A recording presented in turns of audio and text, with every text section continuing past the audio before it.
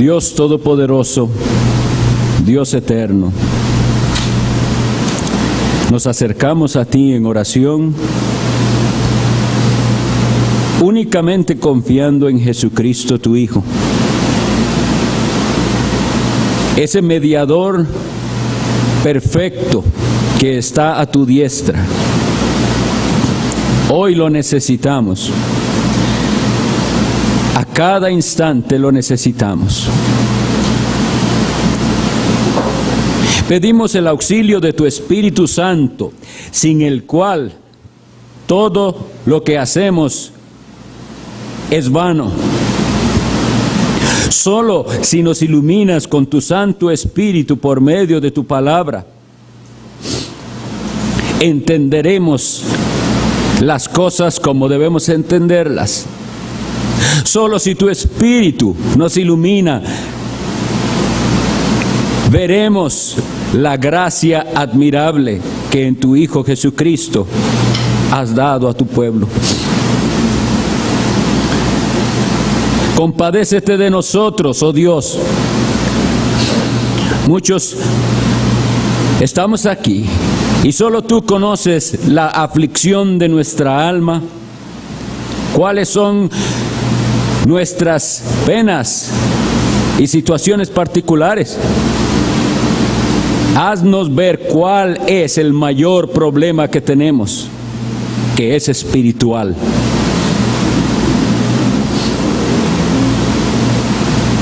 Danos más de Cristo hoy.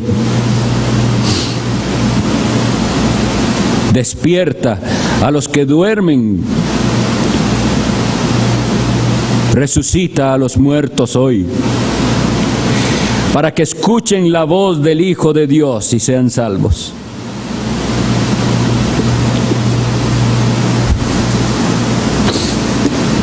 Bendícenos hoy. Pedimos esto en el nombre de Jesucristo, nuestro Señor. Amén. Pueden sentarse.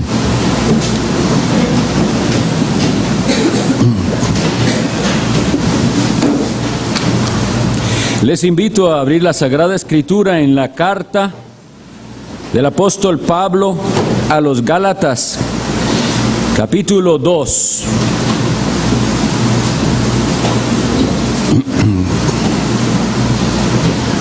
Gálatas capítulo 2.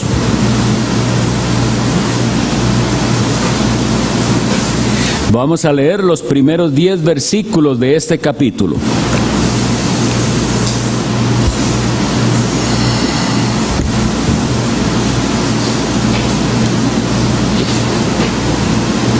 Dice así la palabra de Dios, Gálatas 2.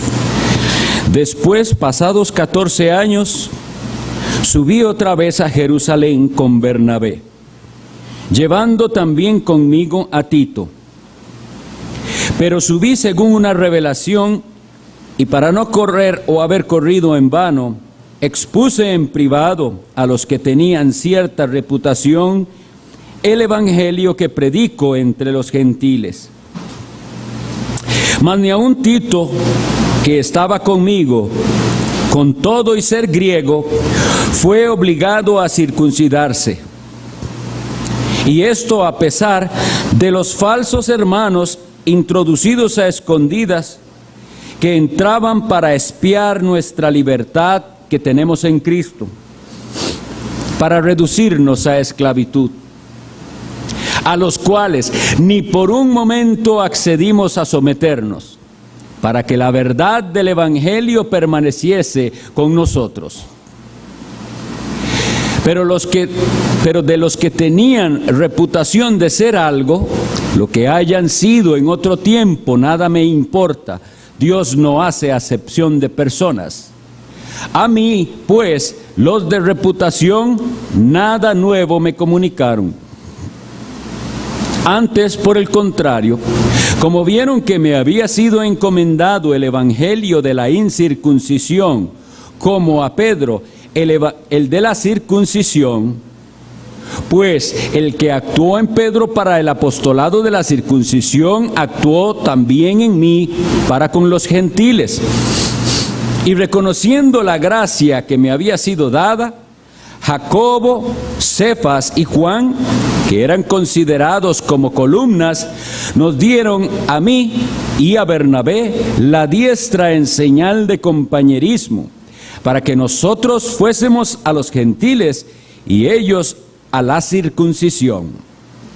Solamente nos pidieron que nos acordásemos de los pobres, lo cual también procuré con diligencia hacer.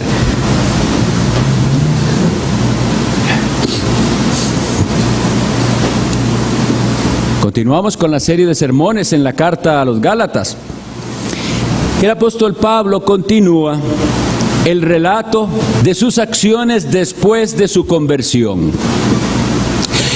Y lo hace para mostrar que su evangelio ha sido siempre el mismo. Su mensaje no ha variado. Y que ese mensaje concuerda con el evangelio que predicaban los otros apóstoles. Es un evangelio que anuncia la salvación por gracia, únicamente por la fe en Jesucristo y únicamente para la gloria de Dios. Tengamos eso bien presente, porque es lo que tenemos que tener claro para no caer dentro de aquella maldición de la cual fueron objeto muchos cuando él dijo: el que predica otro evangelio sea anatema. ¿Por qué? Porque no entendieron que el evangelio nos habla de una salvación que es por gracia y únicamente por la fe en Jesucristo y únicamente para la gloria de Dios. El asunto aquí es que Pablo afirmaba: aquellos a los que Dios salva no deben convertirse al judaísmo. Deben convertirse ¿a quién? A Cristo. Sean judíos o sean gentiles, paganos, pues, deben convertirse a Cristo. Y eso es lo único necesario. Vamos a ir entonces a ver lo que el Señor tiene para nosotros en estos versículos que corresponden a esta exposición. Después, pasados 14 años, dice el primer versículo, subí otra vez a Jerusalén con Bernabé, llevando también conmigo a Tito. Él sube a Jerusalén y en esta visita va a ser validado o confirmado el evangelio que Pablo predicaba. Él no sube para ser informado. Recuerdan que la vez anterior habíamos dicho que su primer viaje a Jerusalén fue de 15 días y no para ser instruido o informado en el evangelio, que él recibió el evangelio directamente del Señor Jesucristo. Y sin embargo, en esta ocasión, él considera necesario en privado reunirse con aquellos líderes de Jerusalén, a los cuales también califica como columnas, y ellos confirman su evangelio, como vamos a ver. Quisiera no pasar por alto el hecho de cómo se refiere él a los hermanos líderes en Jerusalén, y les llama los que eran columnas. ¿Para qué sirven las columnas? ¿O quiénes son columnas? Bueno, es que Dios sostiene el edificio de su iglesia mediante ciertos dones que Él dio a la iglesia. Y por eso estos líderes serán considerados columnas. Es entonces necesario que aclaremos esto, porque aunque nosotros sabemos que el modelo de jerarquías no es el modelo bíblico, en la iglesia nosotros todos somos hermanos. No hay alguien que está más cerca de Dios al cual yo tengo que acudir para acercarme a Dios, ¿verdad? Y sin embargo, hay entre la iglesia de Dios aquellos que Dios puso como dones en su iglesia. Y en la iglesia de Jerusalén había ciertos hombres que eran considerados columnas, dones de Dios para aquella iglesia, apóstoles. También en las primeras sesiones de esta serie estuvimos viendo que ya no está el don del apostolado. El Señor ya estableció el fundamento para su iglesia y ya no hay más apóstoles. Y sin embargo, en la carta a los Efesios, el apóstol Pablo nos incluye entre los dones que Dios dio a la iglesia, los pastores y maestros. Así que tengamos esto bien claro, aunque nosotros no dependemos de los hombres, aunque no favorecemos un sistema de jerarquía, Dios sí dio ciertos dones a la iglesia, personas que merecen nuestro respeto, que merecen nuestra consideración. Hombres a los que Dios dotó de ciertas capacidades y conocimiento y a los que les encargó una responsabilidad grandísima: guiar a su pueblo y apacentar el rebaño del Señor. Eso tenemos que tenerlo bien presente. Todo cristiano debe reconocer los dones de Dios que da a la iglesia y unirse a una iglesia donde él tiene convicción que ahí Dios dio dones, que ahí Dios puso hombres que le van a guiar y cuidar en su vida cristiana. Bien, cuando él se reúne con ellos, él dice que ellos no le comunicaron o no le aportaron algo. Es decir, en aquella reunión, cuando él dice, yo les expuse cuál es el evangelio que yo predico entre los gentiles, dice, ellos no me dijeron algo más, te falta algo más. Y recordamos que hace unas semanas, cuando el pastor Ronnie nos llevó en Hechos, por el caso de Apolos, qué diferente, ¿verdad? Un hombre que dice que era poderoso en las escrituras, entusiasta, etcétera, y sin embargo, los hermanos tuvieron que, Priscila y Aquila, explicarle más claramente el camino del Señor. No así con Pablo. A Pablo no había que explicarle nada más claramente. Él recibió aquel evangelio bendito del mismo Señor Jesucristo. Así que no le aportaron, dice, nada más. No le dijeron, todo está bien, pero te falta algo. Que ese es el gran problema que él estaba enfrentando. Estos que le atacaban parecían siempre en su ataque decir que al evangelio de Pablo le faltaba algo más. Y bueno, en nuestro texto se dice que aquellos hombres eran de reputación. Hermanos, esto es algo también que tenemos que considerar, los de reputación. ¿A quiénes da Pablo y dice que son de reputación? Lamentablemente vivimos en una era, en un momento en el cual la reputación de las personas no se está midiendo por su apego a la doctrina del Señor revelada en su palabra. No estamos midiendo la reputación de alguien, de un líder, por cuán apegado es a la Sagrada Escritura, por cuán santamente él vive, por cuánto él anhela más y más caminar con Dios y ser fiel. ¿Quiénes son hoy considerados en el mundo cristiano de reputación? Aquellos que reúnen miles, aquellos que atraen a las masas.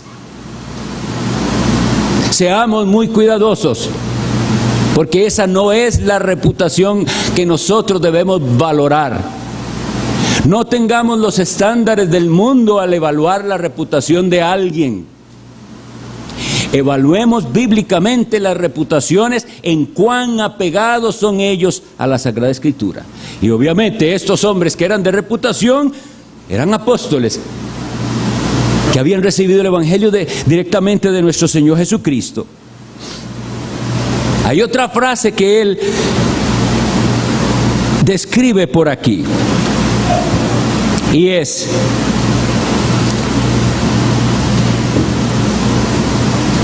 en el versículo 6 dice, pero los que tenían reputación de ser algo, lo que hayan sido en otro tiempo, nada me importa. Dios no hace acepción de personas. A mí pues los de reputación, nada nuevo me comunicaron.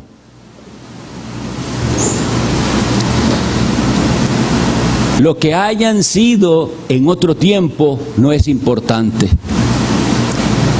Dios no hace acepción de personas. Parece que en el ataque estaba eso también.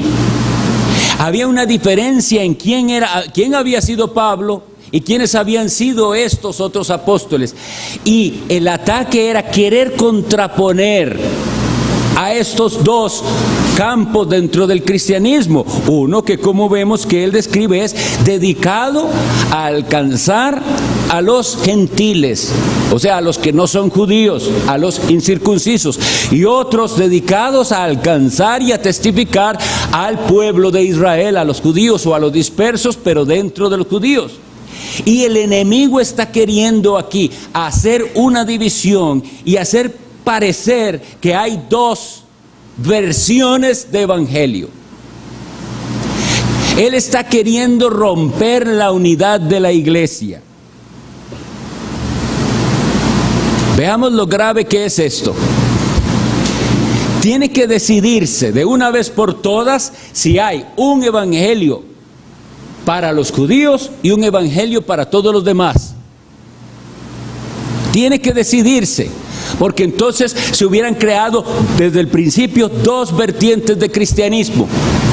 Una en la cual se predicaba salvación solo por gracia, es decir, recibida directamente de Dios como un don, sin que yo hiciera nada, sin que lo llegue a merecer. Y otra que es por gracia, pero también por obras. A veces pareciera que esto para muchos no es tan serio, y escuchan a personas predicar un evangelio que en apariencia es de gracia, pero que pide cosas de los hombres para ser salvos. Es decir, sí es por gracia, pero también un poquito por obras. Y la gente parece escuchar eso y no ver cuán grave es. Es tan grave que si usted abraza un evangelio que es por gracia con un poquito de obras, ¿cuántas obras no estamos hablando aquí? ¿Una o muchas? Se va a perder. Porque solo hay un evangelio, solo hay un camino de salvación y solo hay una manera de obtener esa salvación.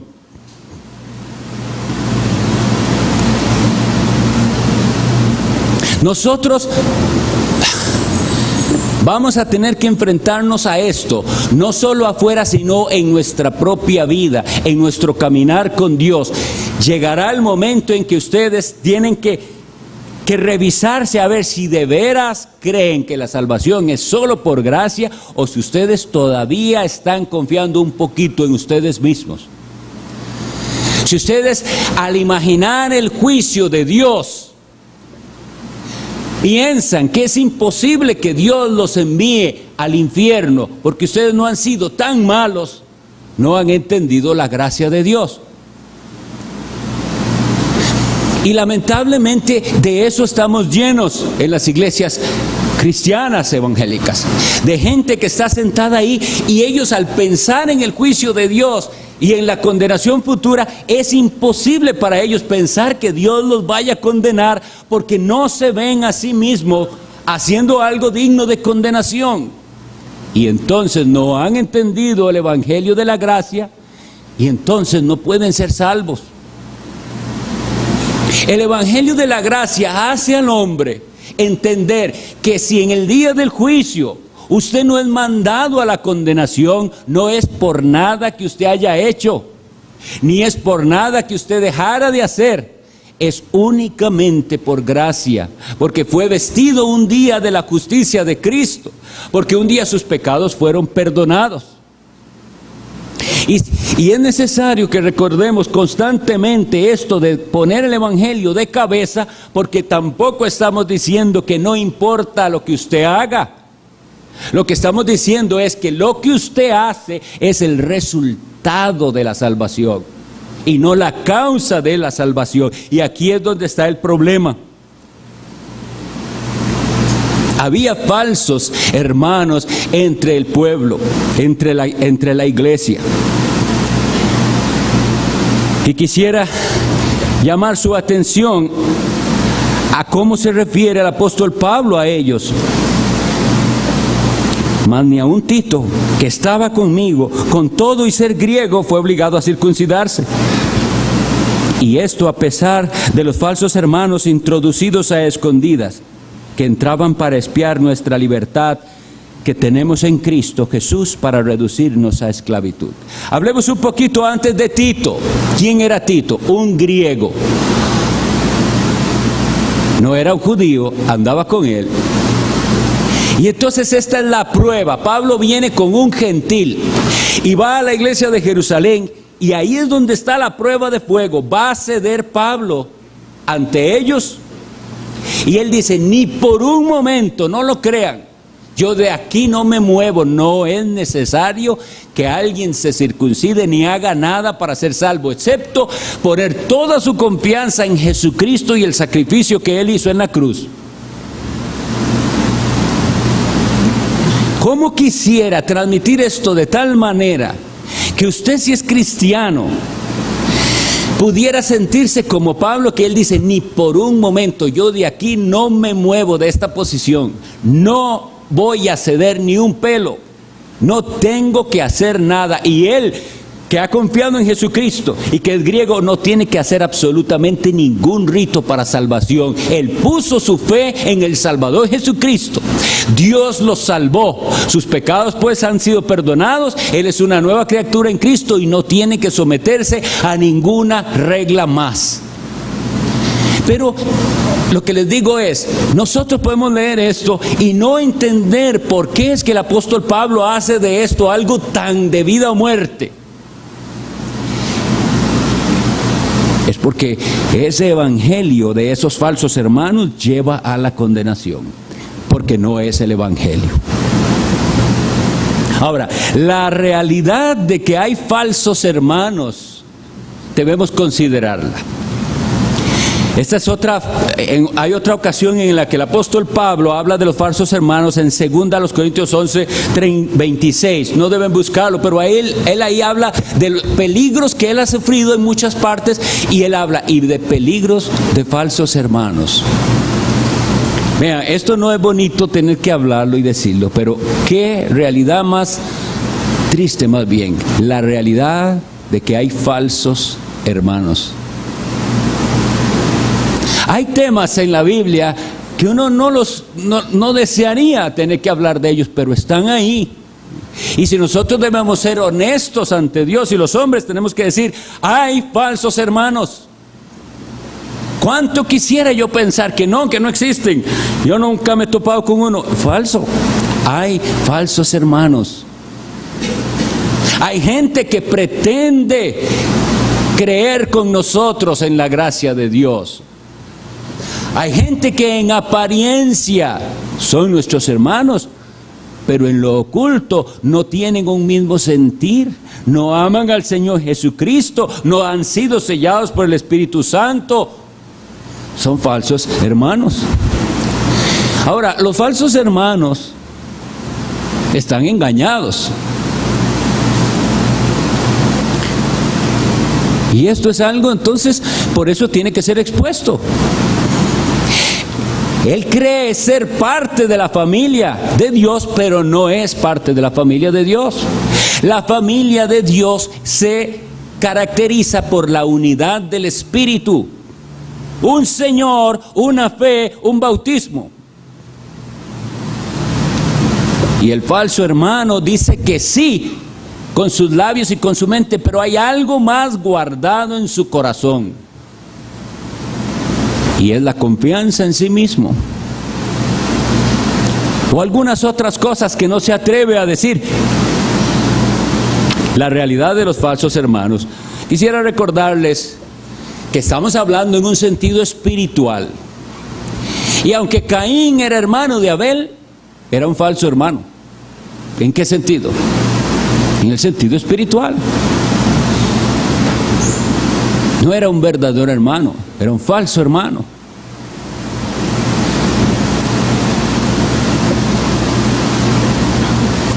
Aunque Judas era parte de aquel grupo de apóstoles, era un falso hermano.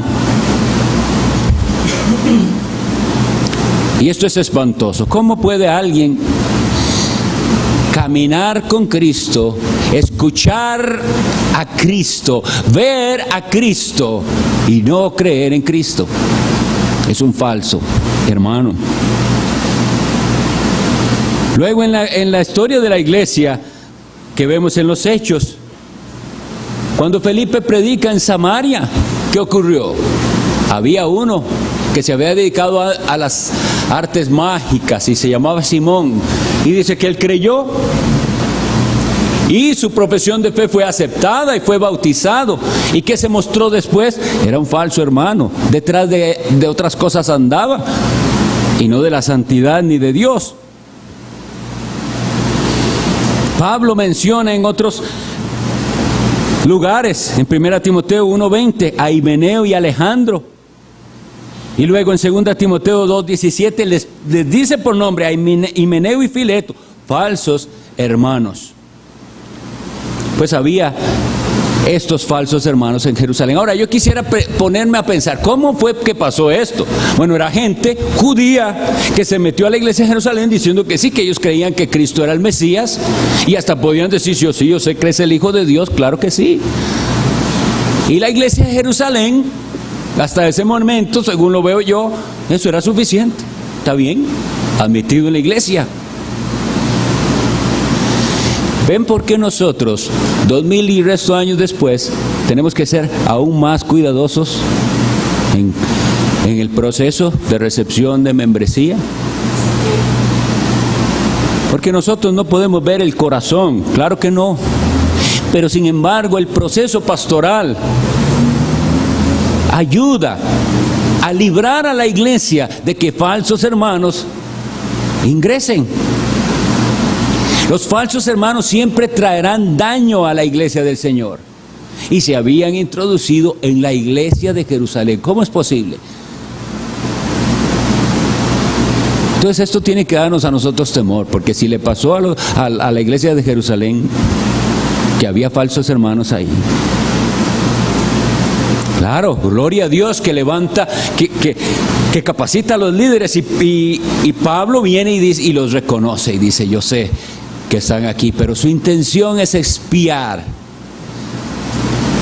No se unieron a la iglesia viendo en aquella iglesia el cuerpo de Cristo. No se unieron a la iglesia diciendo, qué privilegio, yo voy a ser unido a la iglesia, voy a ser parte de ese cuerpo local, voy a ser una piedra viva en el edificio de Dios. No lo veían así. Ellos traían su propia agenda. ¿Cuán peligroso es esto? Y entonces peligraba la unidad de la iglesia de Dios. Debemos entender bien lo que sucedió aquí con Tito, porque hay otra ocasión en la que el apóstol Pablo actuó diferente. A Timoteo, que él sí era judío por parte de su madre y criado en la fe judía, a Timoteo sí accedió Pablo y recomendó que mejor seguir ese consejo de circuncidarle, y parece que hubiera aquí una contradicción o como que algo no concuerda, porque él sí y el otro no. Y ahí es donde tenemos que tener bien claro por qué se hacen las cosas. Porque en un lado Pablo piensa que es apropiado, está bien que se haga el rito de la circuncisión con Timoteo, ¿por qué en el caso de Tito no? Bueno, el caso de Timoteo es un caso en el cual se hace una concesión, es decir, se cede por causa del evangelio, no en detrimento del evangelio. No va a dañar el evangelio esto, sino que con tal de llegar a los judíos, a los que él va a unirse como equipo misionero, y van a llegar primero a los judíos. Recuerden que Pablo siempre iba primero a las sinagogas y luego a los judíos. Era lo más conveniente para alcanzarles a ellos, pero nunca para hacerles pensar, como en este caso, que es que le faltaba algo para la salvación. Si alguien lo entendía así, entonces el apóstol Pablo estuvo dispuesto a decir, ni por un momento crean que nosotros vamos a ceder, de que hay que hacer algo externamente para recibir la salvación. Lo único que hay que hacer es convertirse al Señor Jesucristo. Vean que esos falsos hermanos, ¿cómo actuarían? Veían ahí a Tito y sabían que era, y comenzaban a indagar. Y Tito, usted ya pasó por el rito de circuncisión para pertenecer al pueblo de Dios. Y ahí es donde había que tener una respuesta clara. Yo soy del pueblo de Dios por la fe en Jesucristo. Él tenía que responder eso, ninguna otra cosa. Ahora, con respecto a esto, yo conocí un caso que contaba el hermano Scott Doherty, que es uno de los hermanos que estaban allá que están en Cusco, en Perú, que nos puede aclarar una cosa de por qué alguien puede hacer cosas por el Evangelio. Y nos hablaba él, contaba en una historia. Esto es algo, parece, que ocurrió hace muchos años, pero era una señora gringa, es decir, americana, que estaba y llegó ahí a Perú. No sé las condiciones, no sé por qué era que estaba ahí, pero ella tenía fe en el Señor Jesucristo y quería compartir el Evangelio de Cristo. Pero ella usaba cabello corto y ella usaba pantalones. Pero en el lugar donde ella vivía, los de ahí, los que vivían ahí, los peruanos de esa localidad, veían eso como algo muy malo. Para ellos una mujer que no dejaba crecer el cabello era algo inaceptable. Y una mujer que llevara pantalones mucho menos. Esta hermana, aunque ella sabía que delante del Señor ella con eso no le estaba ofendiendo, accede, nadie la obligó, nadie le dijo usted tiene que hacer eso. Ella, por amor a aquellas almas a las cuales ella de alguna manera quería ganar, dejó crecer su cabello y comenzó a usar faldas. Y entonces entendamos lo que había detrás de esta hermana. Yo sé que por dejar de usar pantalones no soy más salva, yo ya era salva, yo sé que por dejar, pero con esta concesión que estoy haciendo, habrá algunos que por lo menos me escucharán y podrán recibir el mensaje que yo tengo para ellos. ¿Entienden la diferencia? De ninguna manera ella está diciendo que eso que se hace es parte de la salvación, ni requisito para la salvación. Y por si acaso, porque en las predicaciones a veces tenemos que ser muy cuidadosos en lo que uno dice y lo que los demás están entendiendo y lo que no se dijo. La Biblia sí nos habla de la modestia cristiana. La Biblia sí habla de que las mujeres tienen una manera decente que tienen que procurar vestir con pudor y modestia. Pero eso de las prendas específicas la Biblia no nos lo dice. Entonces, por eso es que esta hermana sabía que ella no estaba vistiendo ni indecentemente, ni estaba tomando una actitud varonil tampoco, y sin embargo cede en aquella situación con tal, por amor a aquellas almas a las que podría alcanzar, o más bien a las que podría perder si ella no cedía en eso. Ahí es donde se ve el amor, y esa es la razón. Entonces, para nosotros, la razón por la cual Pablo, en el caso de Timoteo, sí cede a la circuncisión es una razón de amor, pero en ningún momento está diciendo a Timoteo le faltaba algo, no. Cumplamos con estos requisitos que ellos ven como tropiezos para poder alcanzarlos para el Señor Jesús. Es diferente que el caso de Tito. Muy, muy diferente. Y esta situación también nos mueve, nos lleva a analizar cuán diferente es hacer algo por legalismo que hacer algo por amor. Es muy, muy diferente.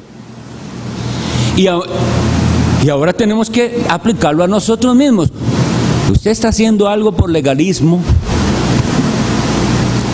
Hay cosas que usted está haciendo o dejando de hacer porque, como suele decir la gente, en esa iglesia que son tan estrictos, prohíben esto, prohíben aquello.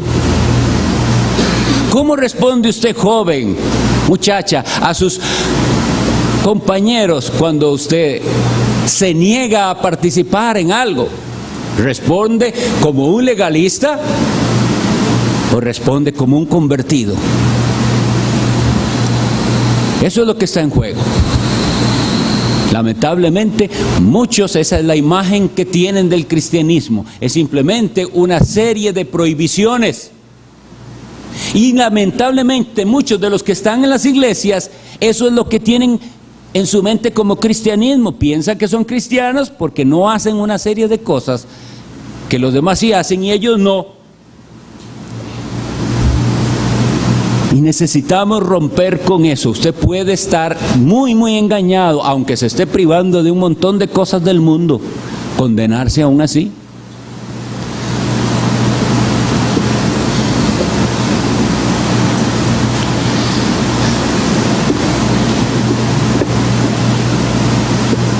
Nosotros podemos recitar versículos, porque por gracia sois salvos por medio de la fe, y esto no de vosotros, pues es don de Dios, no por obras, para que nadie se gloríe. Y podemos sabernos ese versículo de memoria y pisotearlo con nuestras actitudes. ¿Ven qué grave que es? Si usted hace algo o deja de hacer algo, que sea movido por la gracia de Dios. Aquel que me salvó a mí, que me perdonó de mis pecados, ha despertado en mí un amor tal que yo no quiero ofenderle. Entonces, cuando voy a la Escritura y veo cómo es Él y lo que a Él le agrada y lo que a Él no le agrada, entonces mi corazón, que fue transformado por aquella gracia, que fue derretido por su amor, está dispuesto a dejar cosas o está dispuesto a hacer cosas. ¿Pueden ver la gran diferencia de eso al legalismo? El legalista no es así como actúa. El legalista está midiendo lo que se puede y lo que no se puede hacer. Y lleva y tiene muy claro en su mente todo lo que él no hace y todo lo que él sí hace. Y tiene esa imagen tan incorrecta de lo que sucederá en el día del juicio, porque no puede creer que es digno de condenación. En cambio, el que ha entendido el Evangelio de la gracia, se ve a sí mismo en el día del juicio y se ve digno de que Dios lo condene. Y sin embargo, con la esperanza y seguridad de que no será condenado porque él ha confiado en Cristo. Hay alguna diferencia enorme, abismal entre las dos cosas. Uno es el Evangelio y lo otro es una perversión que lleva a la condenación. Este era el pleito de Pablo.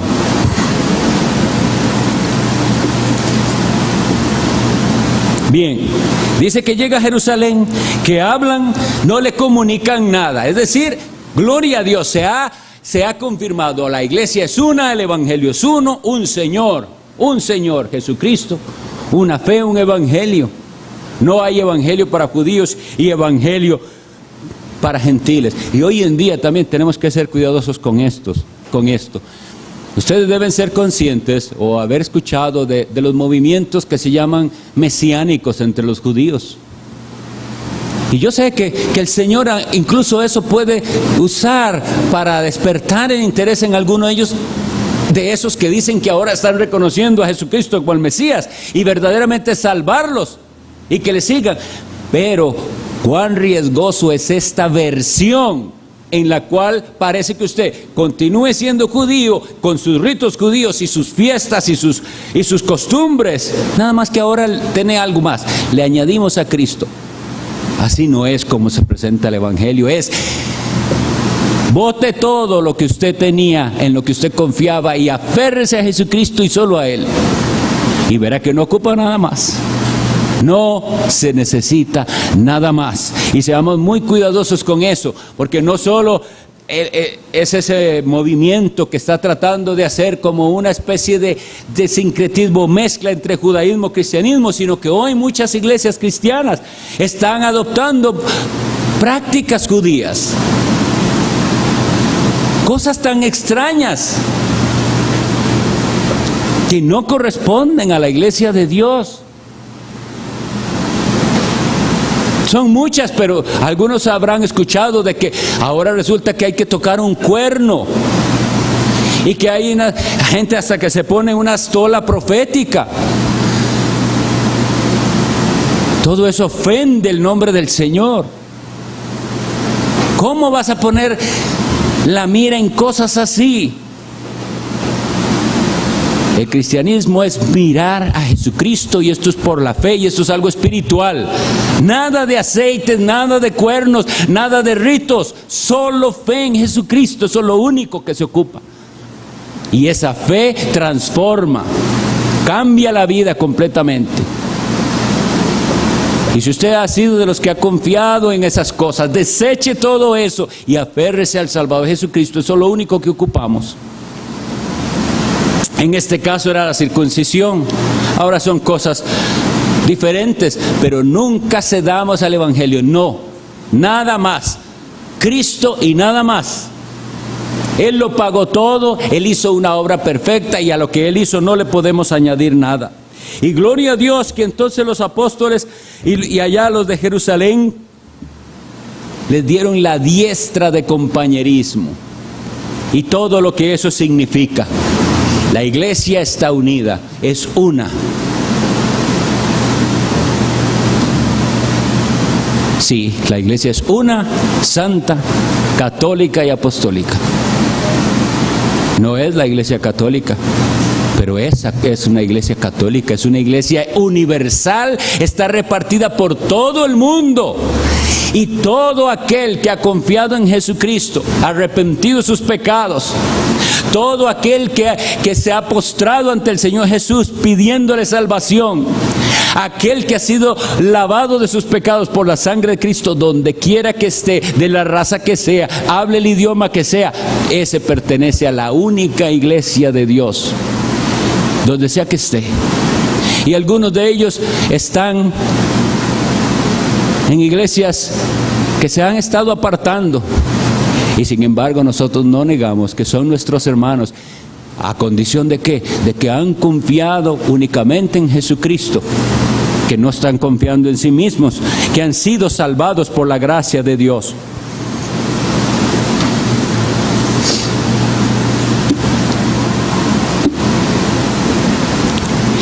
Esa unidad de la iglesia es tal que no depende de su procedencia, y que tampoco no es algo temporal, es decir, no es, a veces hablamos de la iglesia de tal época, de la iglesia de tal época, y debemos ser cuidadosos con eso, porque la iglesia también es una, sin importar el tiempo. Es una iglesia de todos los tiempos. Y eso no es hermoso, pensar que es una iglesia desde el principio hasta el fin del mundo, compuesta por todos aquellos que son verdaderas ovejas de Jesucristo. Cuando yo pienso en esto, a mí me gusta recordar que ¿qué es lo que falta para que el Señor Jesucristo venga? ¿Qué es? ¿Qué es lo que detiene el fin? Y yo lo veo desde esa manera: que entren los últimos que tienen que entrar al redil, y será predicado este evangelio del reino como testimonio a todas las naciones, y entonces vendrá el fin. Hay ovejas de Cristo que todavía no han entrado al redil, y Dios en su paciencia soporta a este mundo rebelde, a esta generación, como habíamos visto antes, impía. Y Dios sigue soportando por amor de los escogidos. Y nosotros también tenemos que tener esa actitud de Pablo, cuando él le decía a Timoteo: todo lo soporto por amor de los escogidos, con tal que ellos sean salvos. Nosotros tendremos que soportar muchas cosas, pero las tendremos que soportar firmes en este evangelio, que es la única esperanza que tenemos.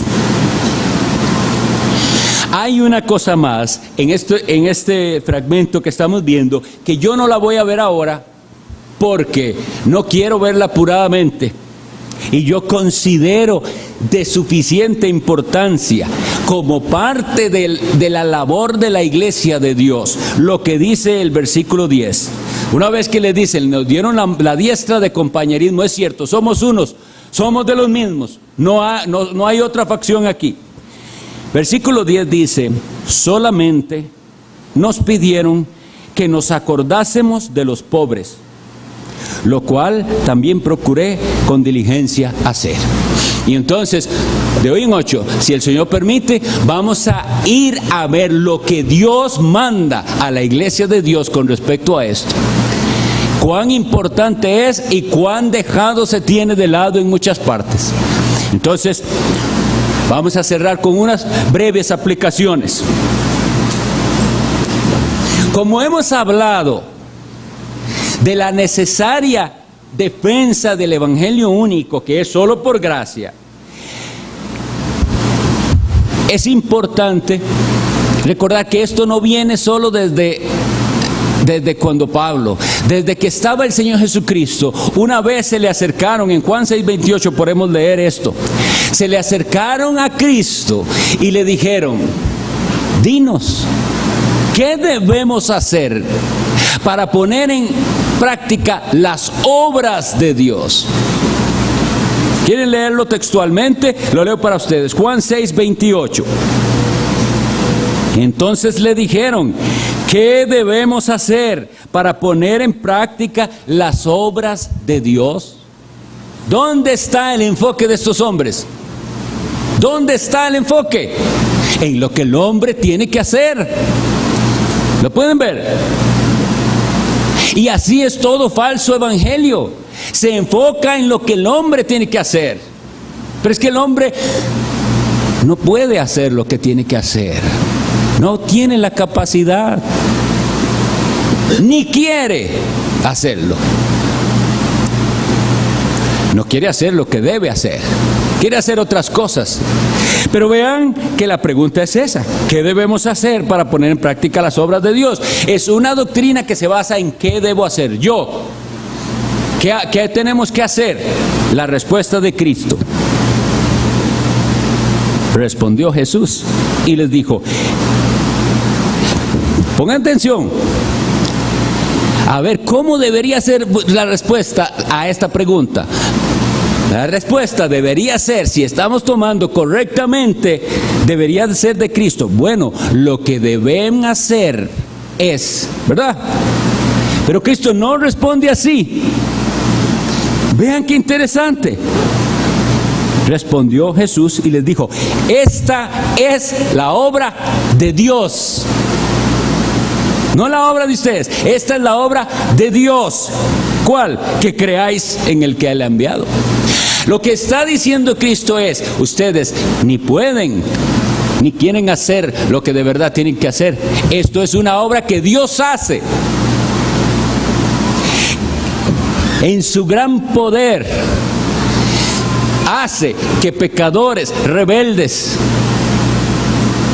crean en el que Él ha enviado, en Jesucristo. Así que esto es el evangelio, no es obra de hombres, es una obra de Dios. Es obra de Dios. Confiando en el Señor que esto quede bien claro, vamos a una segunda pregunta. ¿Habrá entre nosotros un falso hermano que de labios profesa fe en Jesucristo, pero que juzga la salvación, sea la propia o la de los demás, por las obras? Una de las cosas más difíciles que yo he visto, todos los pastores, pero ustedes también, la gente llega siempre a juzgar la salvación de alguien. Yo no creo que ese sea salvo. Yo no creo que aquella sea hija de Dios. Será hijo de Dios ese, será. Y cuando usted ve lo que están siempre analizando es sus obras. Pero en un sentido completamente carnal, es su propio estándar. Su propio estándar de obras, de lo que ellos tienen en sus mentes, del modelo de cristianos según sus tradiciones. Si usted juzga a los demás por causa de un cierto estándar personal y no bíblicamente, usted no ha entendido el Evangelio. ¿Habrá alguien entre nosotros también que su actitud sea de espía y no de hermano? Porque vea que ahí dice que los falsos hermanos se introdujeron para espiar. Aquí todo el mundo es bienvenido, vengan, todos los que quieran vengan. Pero ¿cómo sabemos? Nuestro deseo es que escuchen la palabra, que por medio de la palabra predicada, enseñada y leída aquí en esta iglesia, porque estos son los tres elementos constantes de todo culto al Señor. La palabra es enseñada, leída y proclamada. Y nosotros, ¿por qué deseamos que por medio de esa palabra el Espíritu Santo dé vida y haga de ese hombre y de esa mujer alguien nuevo, que ahora viva para Cristo y que viva para su gloria, y que entonces esté lleno del fruto del Espíritu, lleno de todas esas virtudes? Ese es nuestro deseo. Pero habrá quien viene y su intención no es esa. No es poder ver a Cristo, no es poder entender mejor el Evangelio, sino espiar. Y nosotros mismos tenemos que ser cuidadosos de cuál es nuestra actitud en lo que sucede en la iglesia. Somos hermanos. Eso es lo que nosotros somos. Comportémonos como hermanos.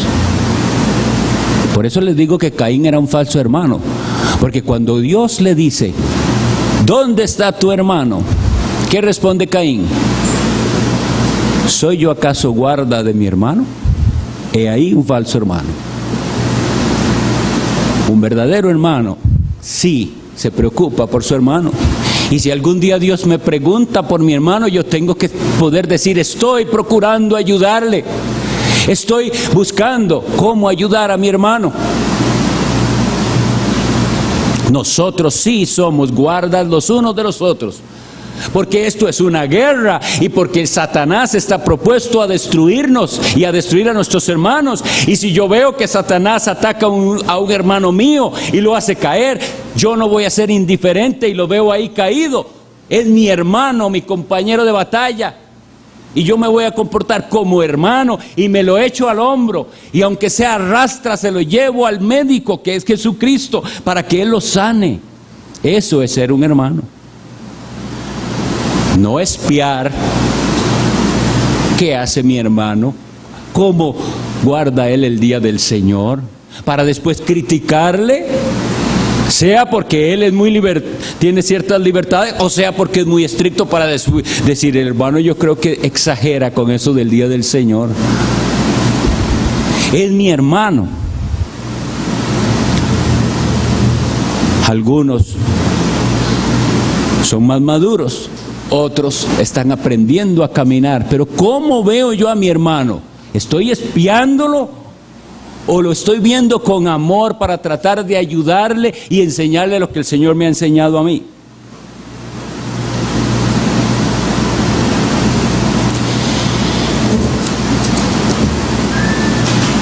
En todo este asunto, Pablo se sostiene contra los de la circuncisión. Y no es, creo que quedó claro que no es que había dos versiones de cristianismo, sino siempre dos campos misioneros.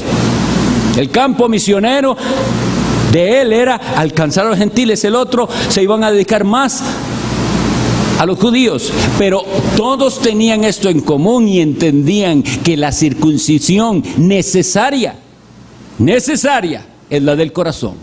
Nadie que no sea circuncidado de su corazón ha entrado en el pueblo de Dios. La señal del pacto de que usted pertenece a Dios es que Él con su mano santa, divina, ha llegado a su corazón y ha cortado la impureza del pecado y ahora lo ha hecho de Él, propiedad de Él. Usted lleva la señal del pacto. Usted es pueblo de Dios. Regocíjese el pueblo de Dios de ser pueblo de Dios. Y aquellos que no son, sepa, la puerta está abierta. Humíllese ante el Señor Jesucristo. Clame a Dios por perdón y será aceptado. Vamos a orar.